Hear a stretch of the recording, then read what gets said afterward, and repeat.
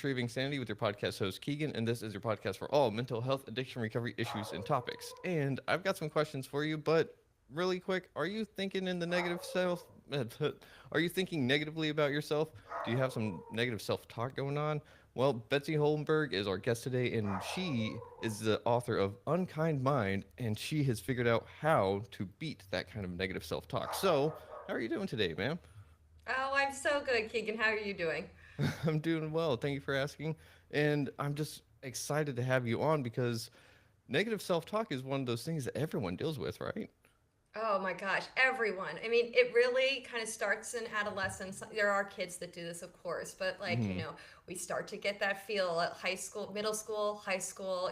Are we fitting in? Are we cool enough? We compare ourselves to others. And then it never goes away. Yeah. We're stuck doing it for the rest of our lives. So, yeah, I Yeah. thought it was a really important topic to delve into. Yeah.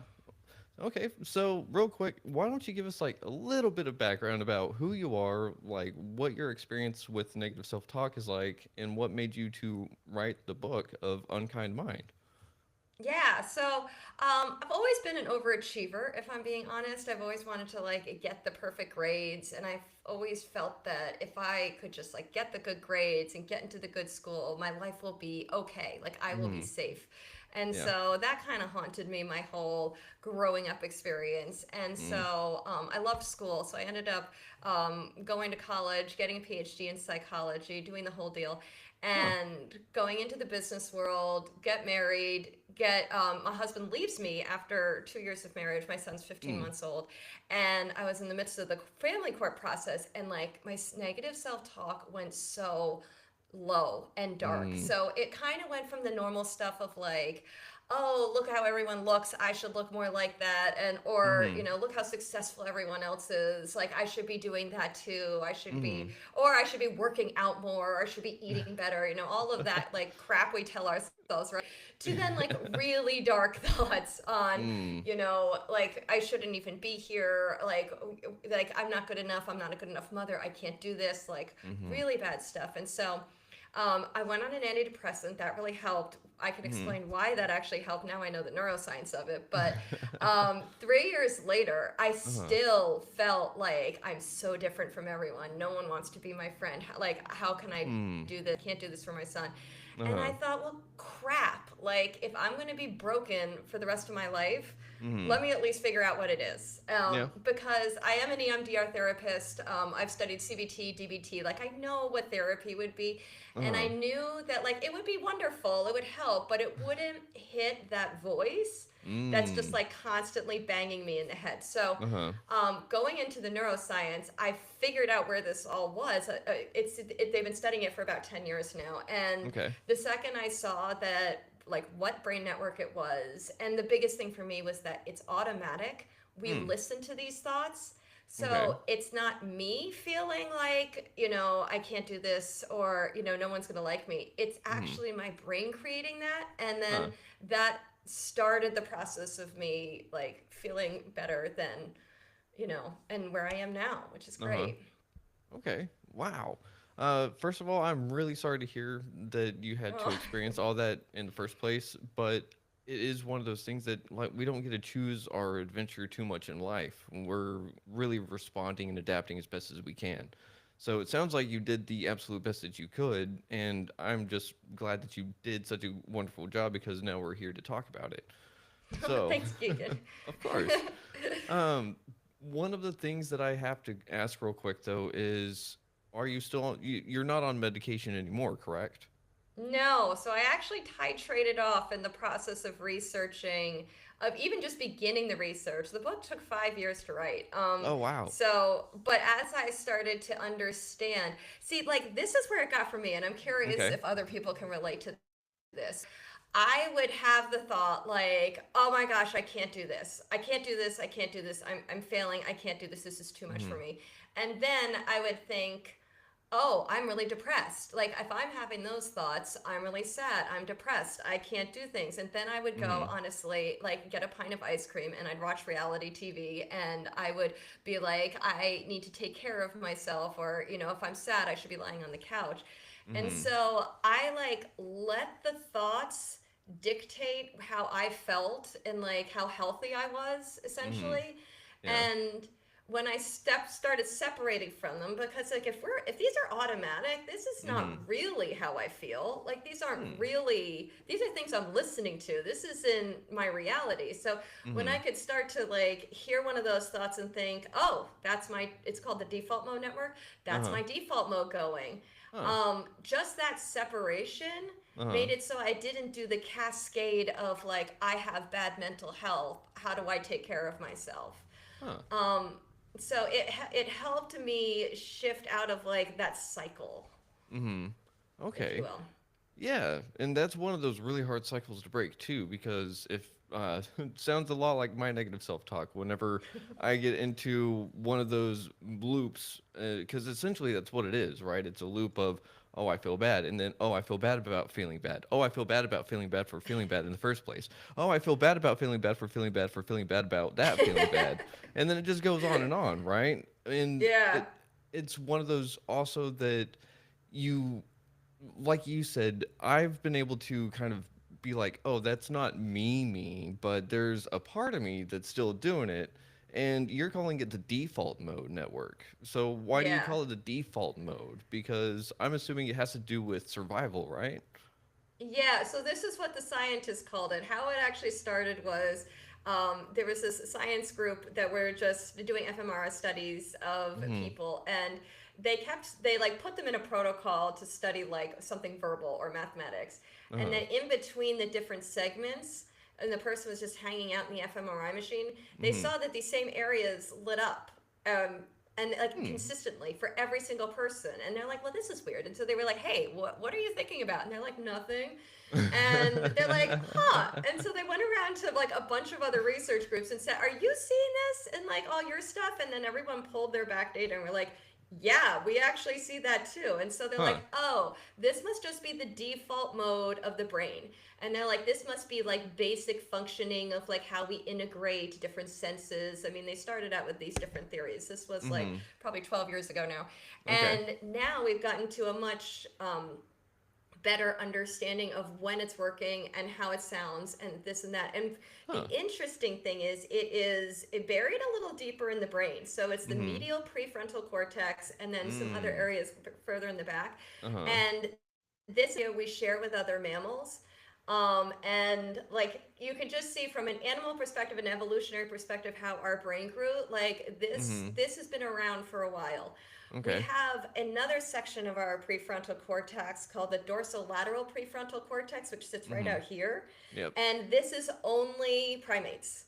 Gotcha. This is just us. And so Hmm. this area is our second thought network. And so when Huh. we focus on something, like if we're Uh-huh. focusing on this conversation or we're doing a math problem or we're listening to a friend, we're Mm-hmm. using our dorsolateral prefrontal cortex, aka our central executive network.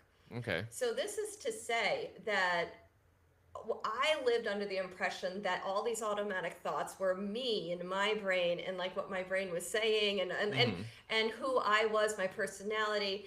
And what the science actually shows is that this is what you're listening to, and Hmm. it goes back to when we were in hunter gatherers and we were in clans, and Uh-huh. you, in order to be part of the, like in order to stay alive, you had to Mm. fit into the clan, you had to Yeah. stay safe.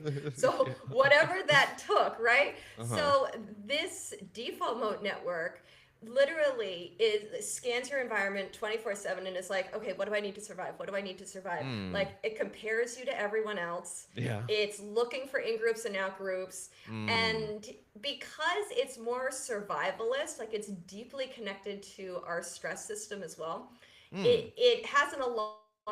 So it's not like positive, like, you got this. No, it's going to be like, oh my God, that person is doing X more things. That like you're going to die or you're going to end up homeless. Like my entire adolescence, I was convinced I was going to be homeless. And people were Mm. like, what are you talking about? But that's where the default mode goes. So it Hmm. thinks it's keeping you safe by putting you down. It Uh-huh. thinks it's like pointing out everything that could go wrong, But the problem is, once you fix whatever that thing is, it's Uh-huh. going to find something else Yeah. because it's an alert system, right? Yeah. Uh-huh. So, like, even if you fix that one thing, and people always find this in life, like, Uh-huh. you finally get the house or like you get Mhm. the relationship, and then you're like, wait, I'm still kind of unhappy. Like, I'm Yep. still me, right? Uh-huh. Because that the default mode's scanning for, okay, what's the next threat? What are we going to be Yep. worried about? And Yeah. um, so getting to understand that personality of the default mode and like what it thinks Mm. it's doing Uh-huh. I was able to then really be like, oh, okay, I really don't have to listen to this thing. Like, this thing's Oh. off. Gotcha. Wow, that is really, really fascinating. And I've got to say, like, it makes a lot of sense because everything that you're talking about has always been that internal voice of sorts. And that's one of the things I do have to ask real quick is the inner monologue thing. Like, do you actually hear that voice, correct? That's the default mode. Okay. Unless you're being purposeful with your inner monologue, which is a Mm. different thing. So like going to bed is a really hard time because you Mm-hmm. need the default mode to uncouple in order to fall asleep. It's literally part of the falling asleep process. Uh-huh. But that's exactly when the DMN loves to run, right? So like that's Mm. when we're worried about everything. So Yeah. I purposely think of something boring that I need to, Mm-hmm. like, if I need to compose an article or I need to, like, I'll think of something boring and focus on that because I know Mm-hmm. that's using my central executive network, and it Mm. shuts down the DMN. So it's still my thoughts, but Mm-hmm. I'm choosing what I'm thinking on. Gotcha. Okay. So it also sounds a lot like generalized anxiety. Because well, whenever I was growing up, that was one of the things that I was diagnosed with. And I was pumped full of Xanax for years.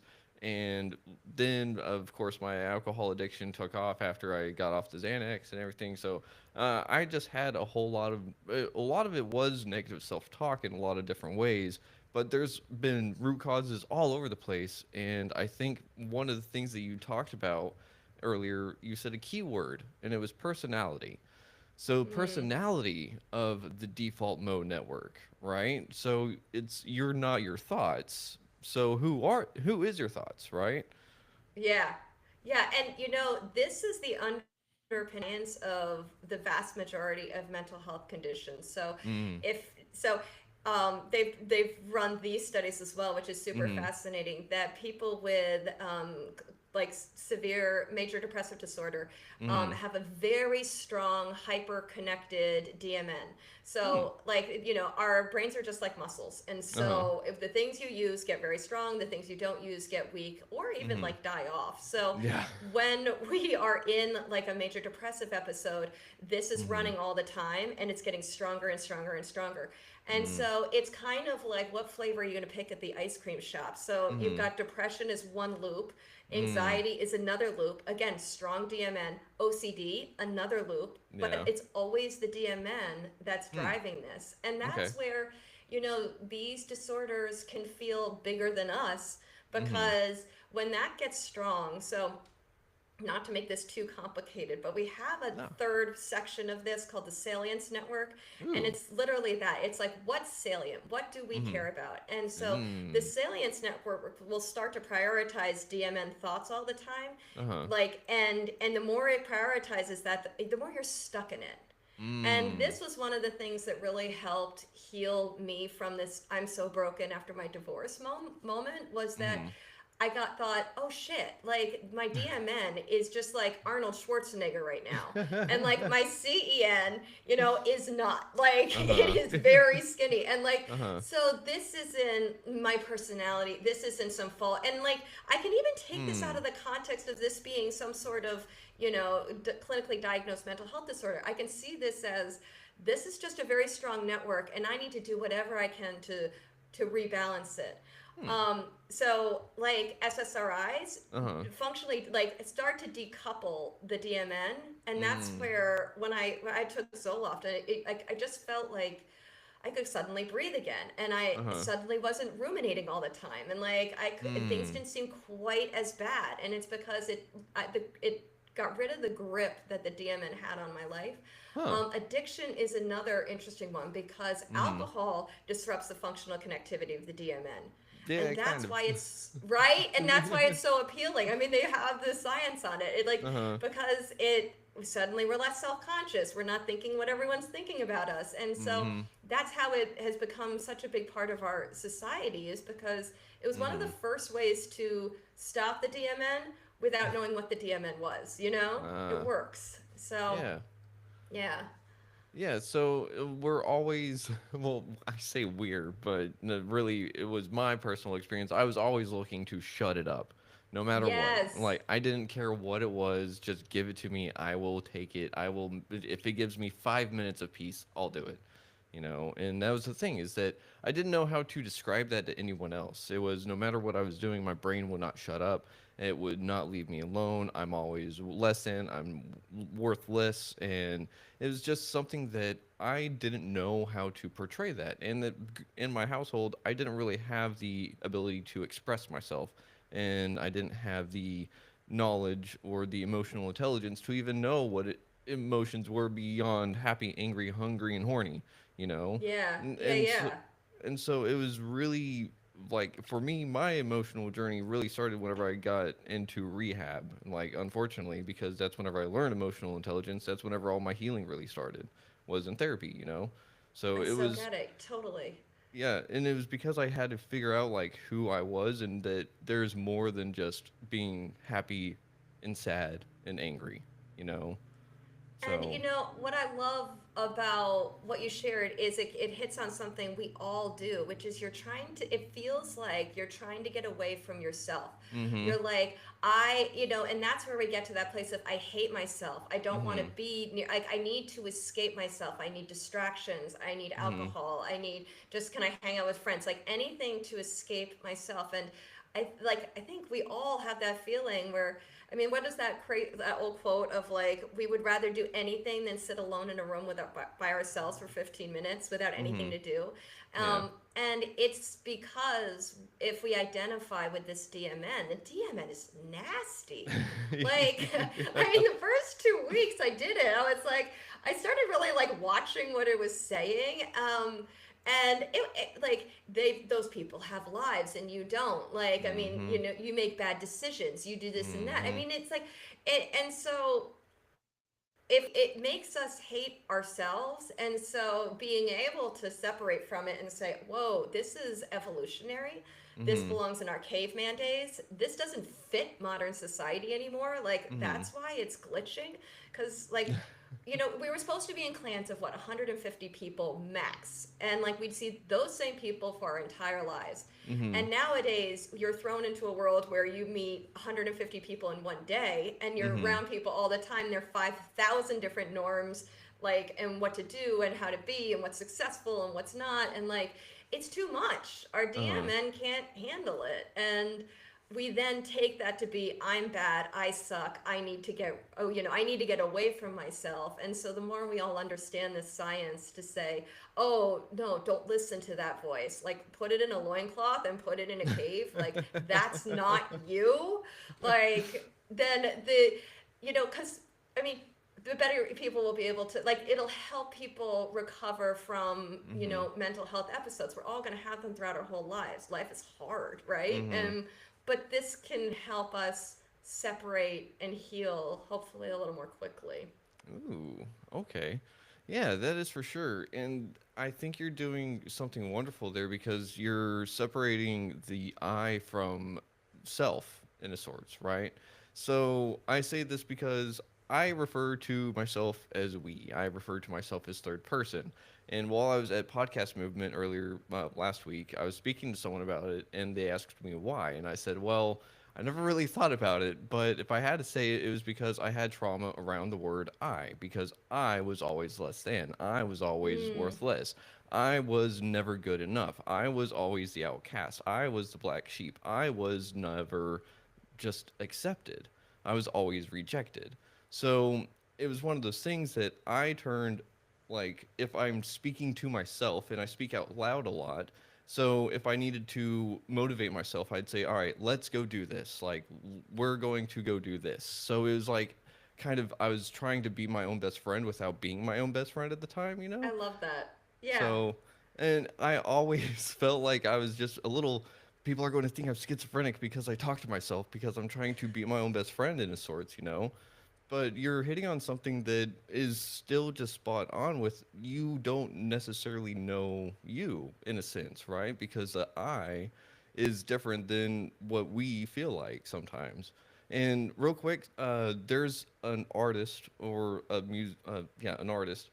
It's they're called Seer, Syr, and they have a song called "Lay of the Ashes," and it has some lyrics in there that I think you would really resonate with.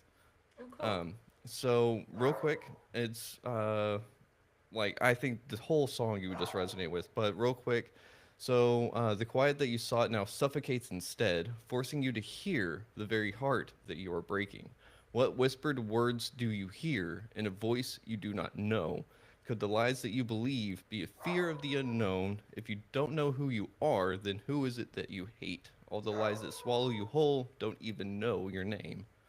Oh, yeah. Okay, Mm-hmm. I'm checking out that song.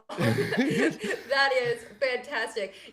Okay, between the song lyrics and you sharing your healing journey, there's a point in there that is so powerful for the audience, which is that like so for you for healing it was. I'm sorry for my dog barking. He's a It's Shih okay. Tzu, but he's crazy. Um, so that it was getting into your feelings, and Mm-hmm. so this is like our hack for healing any of these mental disorders, because a lot of these Mm. mental disorders are thought disorders. And what they show is that to geek out a little, the DMN is very much related to the enteric nervous system. So Okay. we actually have two more brains in our body. One, Mm. we've heard about the gut brain. You know, Uh-huh. Yep. everyone talks a lot about that, but that has a lot of connections with the DMN. So Uh. your stress system, your gut, and your DMN, they're like a little party of how do we keep you safe and survive in a threatening, dangerous world. So Uh-huh. it's why we get stressed. It's why we get butterflies in the stomach. It's why we freak out, right? Uh-huh. But we have another nervous system around our heart, Mm. and that they're like just starting to get to know, which makes sense because Mm-hmm. it like you can do a heart transplant and that heart can keep beating, so it has its own neurons that like maintain the beating and everything of that heart. Uh-huh. But that nervous system, that brain connects with your central executive network. Hmm. And originally, people were like, this is so weird. Like, why would you connect something as foundational as heart beating to the most, Ooh. sophisticated part of the brain? But Hmm. if you think about it, Mm-hmm. like, it actually means that the things that we love are Mm-hmm. very easy to focus on. Mm-hmm. So if like in that first crush where you just like thought they were amazing, and then you couldn't not focus on them, like even if you were in Uh-huh. class together, like you could feel their presence. It was really hard to focus on what the teacher was saying. You noticed Yep. every single thing they were doing. And Uh-huh. so if it's something that we care about, then we can focus on it. And so Hmm. to get out of this thought pattern and the spirals and all this negative crap we say to ourselves all day long, we Uh-huh. get into our heart, we get into our bodies, we get into our Hmm. feelings. And that is probably our more true experience of ourselves Huh. than honestly the crap that our brains are putting out for us. So Hmm. your healing journey is beautiful. Like it captures exactly that of moving from all of that thinking to like, oh wait, no, really, how do I feel? And Mm-hmm. where am I right now? And if I can center with that, then this will shut up because it's an either or. Mm-hmm. And you're either in it or you're either listening to your DMN or you're focused with your CEN on something else. And so Huh. that's really cool that you shared that. Yeah. Oh wow. Thank you for sharing all that because that was really insightful and it makes me think of something that kind of goes along with that because it makes sense that the heart itself would have its own nervous system of a sorts because people can die from a broken heart, right? So Yes, totally. and Great that's another example. and another thing is too, whenever, like, for example, whenever I've experienced social rejection or just rejection from a crush, or heartbreak, that physical pain, it is in the chest for me. And it is something that has sent me to the hospital because of having a panic attack because I have a pain in my chest and I don't know what it is. You know, it Mm-hmm. was bad. Um, but one of the things that kind of sticks out to me though is that so far gut has one, and it's more along the lines of the default mode network, and our heart has one, but it's more around the CEN. Then well, I said that right, right? Yeah, you Betsy. did perfect. Okay, sweet. Then what I'm kind of feeling is that our guts is going to be like the love, the things that are easy to notice, the things that are kind of there, and our heart is going to be centered around something that we're passionate about, right? Because passion is something that we're willing to hurt for. So we have to be Mm, intentional with what we choose to be passionate about. Otherwise, we're just lusting after it, right? yes. Yes. And what I've always found with my breakups is like there's that layer that's the heart hurting Mm-hmm. and the pain and the emotional pain and this and that is that will kick your butt no matter what, right? Yeah. But the thing that the thing that adds on top of it is then the DMN is like we've been kicked out of the clan. So this was Mm. me and my divorce in the biggest way possible. I mean, divorce Mm-hmm. is like the worst because Yeah. you literally created a clan with this person. You've like tied yourself legally. You think like, oh, this is Mm-hmm. my person now for the rest of my life, and then it's like, psych, no, you don't have a clan anymore. Like Yep. your most foundational clan can leave, and and this, and if it's family members where there's trauma involved, like it's that Mm-hmm. same thing of like my foundational clan is Mm-hmm. dangerous, and like the DMN just blows up on that and will Mm. go all sorts of places. And so Mm-hmm. it's it's knowing that so that we don't add the DMN pain to and suffering to an already hard problem. So, Mm-hmm. it's that Buddhist quote of like, we all have pain, but Mm-hmm. suffering is optional. And so the more we can separate from that DMN while and take care of ourselves and Mm-hmm. be in our feelings, but also love ourselves through it by trying to shut down the DMN, it's hard. Mm-hmm. There are times where we can't. Yeah. Um, like just everyone know that like there if you're stressed, if you're tired, if you're emotional, like the brain shuts down the CEN and goes into a survival mode. So just like we shut Mm. down our GI system, our reproductive system, like we shut the CEN down too. It's considered Mm-hmm. peripheral. So we're Huh. stuck listening to our DMN. And Uh. so those are the times when I've been listening to it, I'm like, wow, like that's nasty. But at least I know it's the DMN. I'm like, Yeah. okay, I'm stuck listening to this. And that's when you try to do anything to Mm-hmm. like try to get away from it. Like Mm-hmm. that's when like I'll binge a show. I'll be like, Mm-hmm. okay, fine. If you are going to be there and I can't turn you off through normal ways, like I will just really distract myself. But I'm at least now I know that that thought process is Mm-hmm. not real, Mm-hmm. and that helps a Oh. really really hard times. Yeah. And I think you're hitting on something that we kind of talk about in recovery rooms, but we don't really know why we're talking about it, mind you.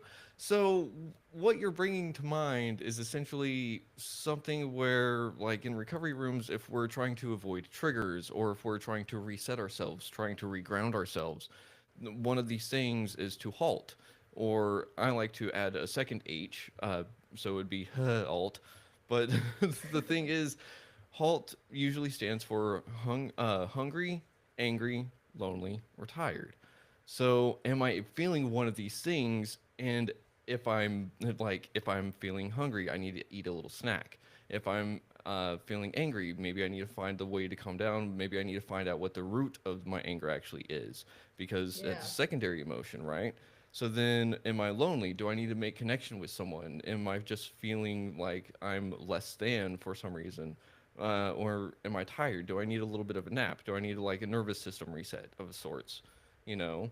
So No, it's, it's so true. That's exactly those are like the prime conditions for the DMN to take over. It's like you like seeded the garden and like you put the compost out and the fertilizer. It's like like the DMN will just go with all of those. That makes so much sense. Yeah, I love that. yeah, Halt. so halt. It's whenever things start to get a little overwhelming. If I halt, I can do that little quick assessment, and again, I added the extra H for horny because again, that was one of those things that it will throw people for a loop really fast, really easily, just because that's not your right state of mind either. Yes. And So, connection is such an important part of it, mhm, because like we've used, and that's something I feel like our modern world has a major deficit in, and mm, is one of the reasons our DMNs are glitching as much as they are right now, is because uh-huh, we used to be able to see each other and always like get feedback on like mhm, how we're doing and how everything's going. And yep, if your DMN is going off and you talk to a friend and you're like, I feel like shit for this reason, then your friend's like, no, you are awesome, you got it. uh-huh, Like our connections give us a checks and balance to let our DMN know, like, no, that's mm, wrong, you're not right, like that's oh, bullshit, don't listen to it. uh-huh, And like that's the power of friendship, and why it feels so good when you've like shared something. This is often mhm, talk therapy too. When you expose one of these awful things the DMN has been telling you for years, and mhm, then the person is like, oh, but that's not true. No, you're mhm, wonderful and you're this. And like, you can look at it this way. And suddenly it's like, psych, DMN, like, you were wrong. And it takes away some of its power. So yeah, connection is a huge piece of how we can feel better. And if we're just like scrolling through social media and looking at mhm, all these perfect people that seem like they're so successful and killing it, like, mhm, that's not that same interaction that mhm, our DMN is used to, and so it helps our DMN get even stronger to yeah, live in that state. Yeah. huh. So all of this is kind of really tying in together a whole bunch of past conversations that I've had. So hear me out. I've spoken with Clay Moffat, and he was telling me all about trust and how to rebuild it with others, but more importantly with self. And one of the things that he said was that whenever we are trying to say talk well about ourselves and we're having a hard time with it, so like a compliment, right? Because a lot of people have a hard time accepting compliments. But he said, "Well, would you turn away a gift if someone were to give it to you?" I said, "No," and he said, "Well, that's a compliment, so you got to take it." And I was like, "Well, first of all, damn." But what he was saying was that if someone gives me the compliment of like, "Hey, I'm doing well," I'll sit there and I'll tell myself, "No, I'm not." But certain people can sit there and tell me that, and it rings a bell for me. While certain people inside of my circle can say the same thing, and it doesn't have an effect. So, yeah, Interesting. yeah, That's really interesting. and so one of those things is that it the person that I deems have that they have more authority in that regard is usually someone on the outer circle of where I'm having my people. So then someone else told me that it takes an incredible amount of information to override the subconscious in its normal thinking. So that right there is telling me that we have to have outside validation from sources that we deem not within our circle to really overprogram our DMN in a sorts, right? Mm-hmm. But how do we do that if And we're not being our own best friend? totally. And like just that turn of phrase is something we need to also get out of all of our vocabulary, which is like, Mm. this is in my subconscious. This is like, my subconscious. Mm-hmm. No, this is your default mode network. Like your subconscious isn't like this thing that's like, I hate myself and like, I've always Mm. been broken and like I'm always wrong. And I think this whole concept of an subconscious has kept a Mm-hmm. lot of us kind of weighed down with like, oh my, Mm-hmm. I feel I'm worthless in my subconscious. Like, Mm-hmm. no, there is no subconscious. It's just your DMN spouting crap. Mm. And it's not as scary and hard to heal. You know what I Mm-hmm. mean? Like, Yeah. we don't have to see it as like, oh, but I don't know, my subconscious might come out again and tell me I'm really sucky. Like I Yeah. kind of always lived in fear of that. Like Uh-huh. underneath, I'm always insecure, so I gotta like keep trying to heal. And it's like, Mm. oh no, like it's stupider, it's Uh. simpler. We can actually just like shut it down. Uh-huh. So that's, Okay. yeah. Huh. So, can I challenge you with the question of what if our subconscious was actually our body? So that So you know what? I love that because there is another side that is more automatic, that is great at sensing stuff, which is our central nervous system, Mm, and like okay. and like all of those nerves. So like they Mm. will respond to stuff before we even know anything's happened, and Yeah. like we'll get a a stress response, or we'll Uh-huh. feel comfortable and not even know why. Mm. So yeah, like there is an automaticity to a lot of our central nervous system Mm. that you could say is the subconscious, but in whether with our history, with our psychology history of Mm. talk therapy and Freud and lying on a couch and thinking the subconscious is dreams and this and that, like Uh-huh. that's all very chit chatty DMN shit. Mm, yeah. And so I love that concept of where you're going, which is that you can almost say our subconscious more is what are you feeling, and Mm. Yeah. where are your emotions. That's more truly you Mm. than any of these thoughts that come up. Okay. So, how do you suggest that someone sit there and cultivate the good thoughts, the intentional thoughts, I guess, would be where we're going, right? If the DMN is sitting there always telling us, this is our default programming, we must execute, how do we interrupt it and how do we tell it, nah, we're going to go this way instead? Yeah, there are about 1,000 different hacks. Wow. Well, I mean, like, it's just how, like, any way we can shift our life is a way Uh that we huh. can move into this. So, an Mm. exercise I love doing with people is to walk through what are the things loved in life from like when they were really little to being like middle childhood, Mm hmm. adolescence, now whatever it is. And Mm so hmm. to start to get that resonance of like, what do I really love? Mm Like, hmm. what do I care about? And then to Mm. build more of that into your life, whatever way Mm. possible. Like someone I walked through this with just loves the ocean, Uh loves huh. beaches, loves and so for her it wasn't like, oh, she has to go move and be near an ocean, but Mm hmm. she brought more paintings in that had Mm. oceans in them. She listened to ocean sounds while she was working to Huh. help her focus. So she just made it more like prevalent in her Uh huh. life, just in like little cues, which Huh. brought her more into that center. Hmm. And so anything that you love gets you into your CEN. So that's Uh. great. There is just the basic of recognizing it, being like, oh, it's going, and then Mm-hmm. shifting it. So it's Mm. to focus on anything. You can focus on like what color are the leaves outside, like, Uh-huh. focus on how your dog feels. I mean, all Mm-hmm. of that mindfulness stuff is this. P.S. So's meditation, and that's Mm-hmm. why people find meditation so damn hard. Is the whole idea is like you just let your thoughts go, like don't listen to them, let them go. AKA, don't listen to your DMN, and then Mm, breathe. yeah. Focus on your breath. Focus on a mantra. Like focus on something. Like Mm-hmm. that's all meditation Mm-hmm. is ignoring your DMN and shifting into your CEN. And that's why Mm-hmm. people find it so effortful, because we're used to just habitually listening to this thing and Mm-hmm. not even questioning it. Yeah. So it's anything that helps you move from just going on autopilot, listening Mm-hmm. to like being in the present moment, or Mm-hmm. meditating, or doing something you love, or focusing on someone you love. Like Mm. whatever achieves that, Uh-huh. that's good. Huh. That's really interesting. That makes me think that a lot of it kind of circles back to that song. Like, if you don't know who you are, then why do you hate you? You know?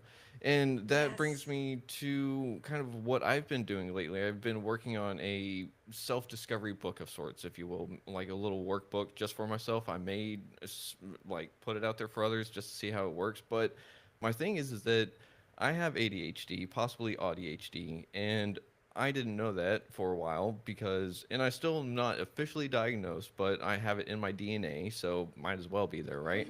Yeah. So, one of those things is that whenever I was young, I always kind of felt like I had it, but I was always like dismissed about it, so never treated for it. So that made me start to think that I was weird, and I was kind of like, all right, well, so neurodivergence growing up, I'm always getting rejected because I'm always annoying people, so on and so forth. And then getting into teenage years, I'm labeled with depression, and so I get put on antidepressants, and then they actually turn me into a robot. I get off of them, and then go years with just generalized anxiety after that. Then I turn into alcohol for 10 years, and then now I am here 4 years later, figuring out all this other stuff that I'm like, okay, well, we're undoing all that. And what it really boils down to is I don't know who I am. I've been masking for Mm. so long that it is Yes. one of those things that I've been people pleasing. I've been a chameleon for so long that Yes. I'm figuring out what is it that I want? What is it that I need? What is it that I've been missing this whole time, And you know? that is what the DMN wants to do more than anything is mask you, chameleon you, like fit you into a Mm. box. And this is where my heart goes out to all of everyone in their differences because everyone's got their own, but like the LGBTQ population, neurodivergent populations, all of these populations that aren't the standard norm, like, Mhm. their DMNs will be like, you're not right. You're Mhm. different. You're abnormal. You don't belong. Like you have to work your butt off to fit in for Mhm. the rest of your life. And that leads to so much self-hate. Like then Mhm. I'm wrong. Yep. And I want to, like it's like fuck off, DMN. Like none of these people are wrong. Like Mhm. that's what the beauty of this planet is all of our differences and how we Mhm. are all these unique people and we all bring something to to the table. We don't all have to fit into a fucking mold. And so Mhm. I don't know. I get mad because because it sounds like us. This thing has such a hold over our lives and Mhm. who we feel we are and how we treat ourselves. And so like I love that project. I Mhm. love it. It is such a like DMN buster to be like I am going to figure out who I am and what I like. Mhm. And I think the interesting thing is this: if you look at all the people around, it's like who are your favorite people Mhm. and who love, and it's always the people that are the most unique. This is for Huh. me, at least. I don't know if anyone else feels this way, but like if someone is really different, like Mhm. I feel I can trust them more. It gets Mhm. back to the trust thing because I'm like, oh, they're more authentic, so I can trust Mm. that whatever they're sharing with me and Uh-huh. however I'm seeing them receive me is Uh-huh. true. They actually like really like me, or Yeah. they don't, and that's fine.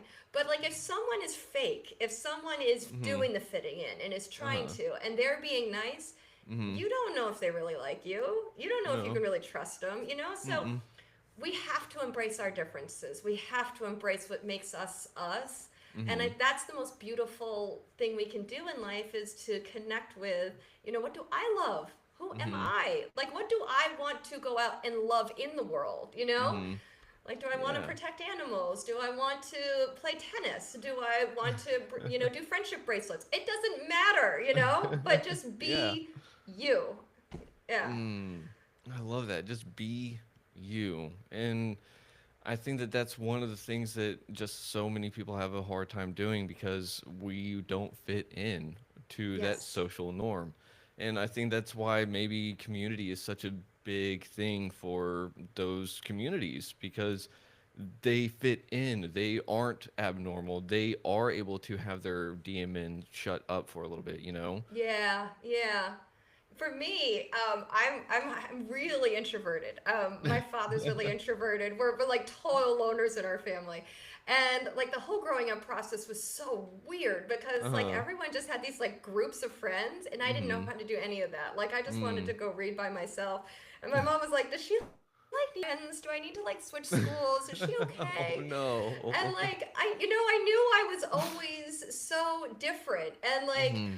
what seeing all this science is like, you know what? No, I'm fine. It's just I prefer a clan of a dog, two Mm-hmm. fish, and like three people. Like I don't want a huge clan. I'm a little clan person, and like that helped me heal a lot and stop caring so much that everyone Mm-hmm. else is out at a party and I didn't get invited. It's like, you know what? I wouldn't have wanted to go anyways, so it's fine. I got my clan with my Yeah. geriatric goldfish. Yeah.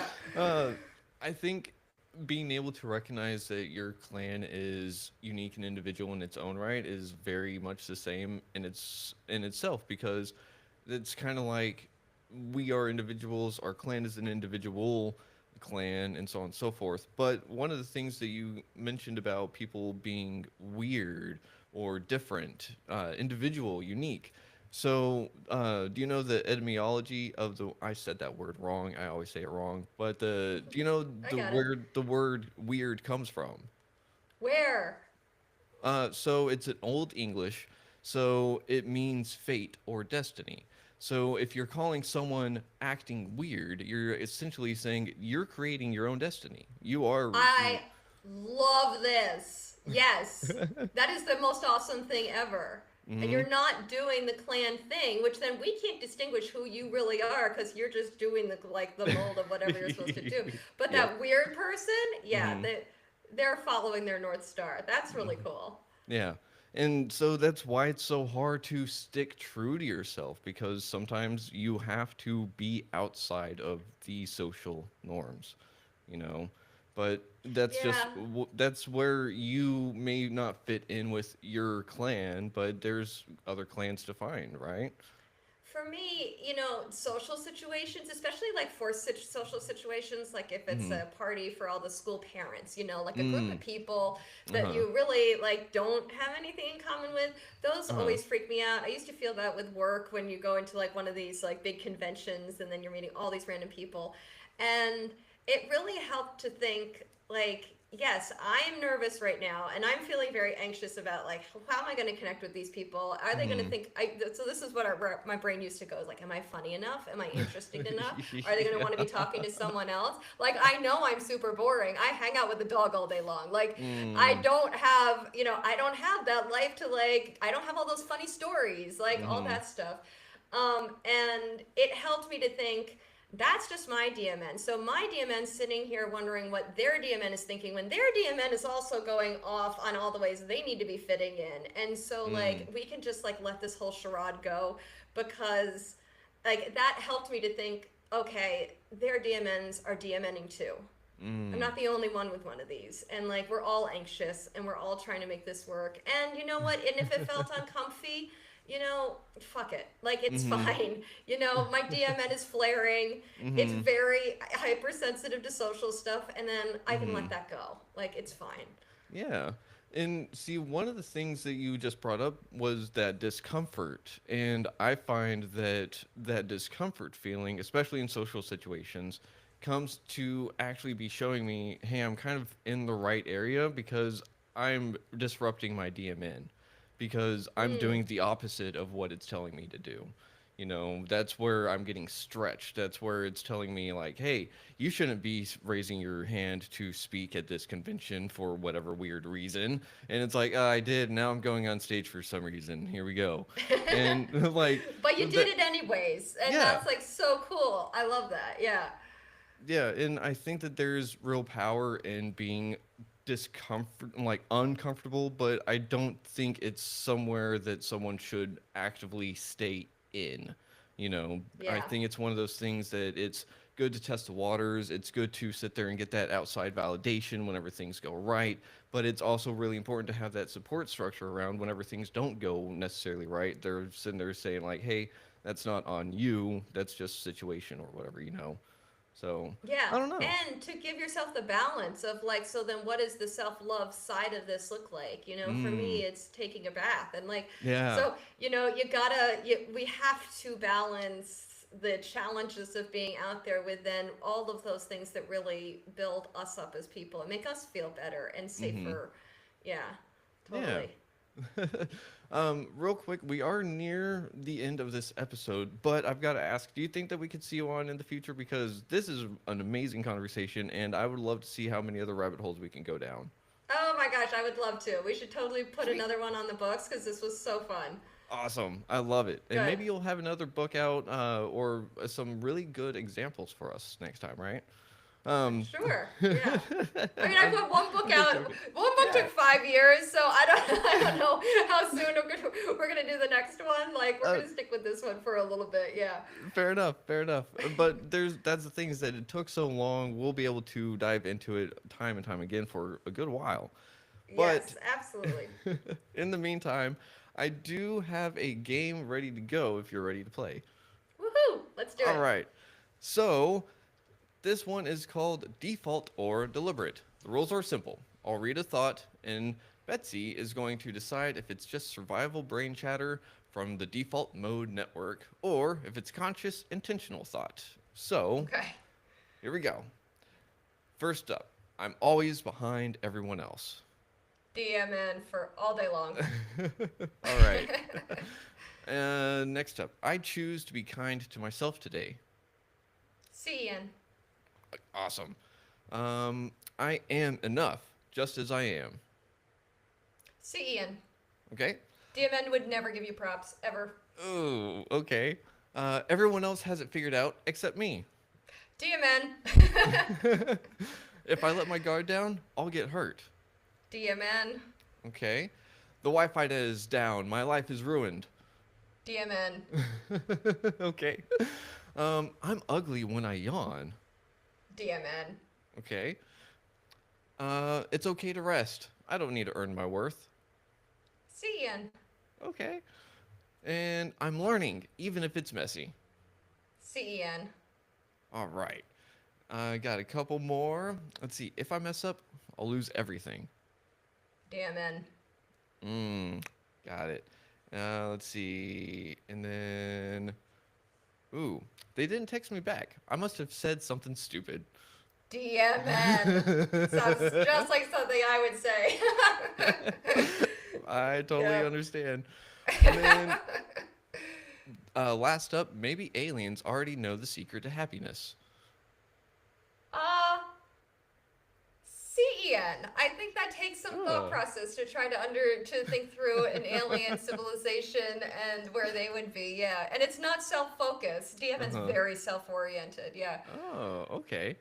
Awesome. Well, cool. so I just have to say for playing I already forgot the name. Default or deliberate. So for playing default or deliberate and showing us what it means to untangle thoughts, you have earned the honorary title of the Thought Untangler for Retrieving Sanity. So, Yay! I love it. thank you very much, Eat that, Betsy. DMN. Real quick, where can people find you if they're looking to get your book or if they're just trying to figure out what they can do for themselves? You got it. So, my book is Unkind Mind. You can find it on Amazon and Barnes and Noble and all those places. It's got Okay. audio and things like that. So, however you like to do your books. Okay. And you can find me on my website. It's betsyholmberg.com. I'm on Instagram. I don't Okay. post a lot. This whole thing still confounds me. I should do TikTok. I'm not. I don't know. Hmm. So, but I also write articles for Psychology Today. So if you look up Betsy Oh. Holmberg on Psychology Today, you can find more musings on all of this stuff. Yeah. Oh, wow. So you not only just did a book, you continuously make content like that to help people with their inner workings and figuring out who they actually are and that it's Yeah. okay to just be them. Yes. We all need to just be us. Yeah. Exactly. Yeah. Uh, where exactly do you see yourself going in the future for Unkind Mind? So far where this is going, I have a few different directions. One is to bring this to the clinical and therapist population so that they Mm. can start to shift how they talk about stuff. So, we're not talking Mm. about the subconscious. We're not saying, what are you thinking right now? Mm-hmm. How are you thinking about this? That we can start to, in therapy sessions, bring this you know, to the therapy session to help people. So that's one avenue. Another one I would love to do is to look at adolescents um, and men, like look at different populations. So Uh-huh. I have a big passion for the high school population and the middle school Oh. population. When this network connects and Uh-huh. is mature, when the CEN is still immature, like you are stuck in DMN land all day long, and that's part of why Ooh. middle school sucks so much. It's the you're starting to finally like have this voice in your head, Mm-hmm. and you feel like something's gone wrong with you, but it's Mm-hmm. just that you matured into it. And so the more we can Mm-hmm. teach our kids that, oh yeah, like that's what this is, and you're Huh. fine, you're wonderful. Uh-huh. You don't have to feel so self-conscious. I mean, Uh-huh. they will always feel self-conscious, but Yeah. to just give them that context would, I think, Mm-hmm. support teen mental health in a big way. So I'm Mm-hmm. passionate about going that direction. So we'll see. Nice. We'll see where things Awesome. take me. Yeah. That is really awesome to hear. Some big dreams, when really some big inspirations coming forward, because you're looking towards educating the youth into a better, healthier mindset, and that is Yes. going to make the world a better place. You I know. think so. Totally, Keegan. Yes. Please. Yeah, because if we treat ourselves better, then we treat those around us better, and Yes. it's just a cycle that should repeat itself in the positive manner. But we got stuck in that negative feedback loop.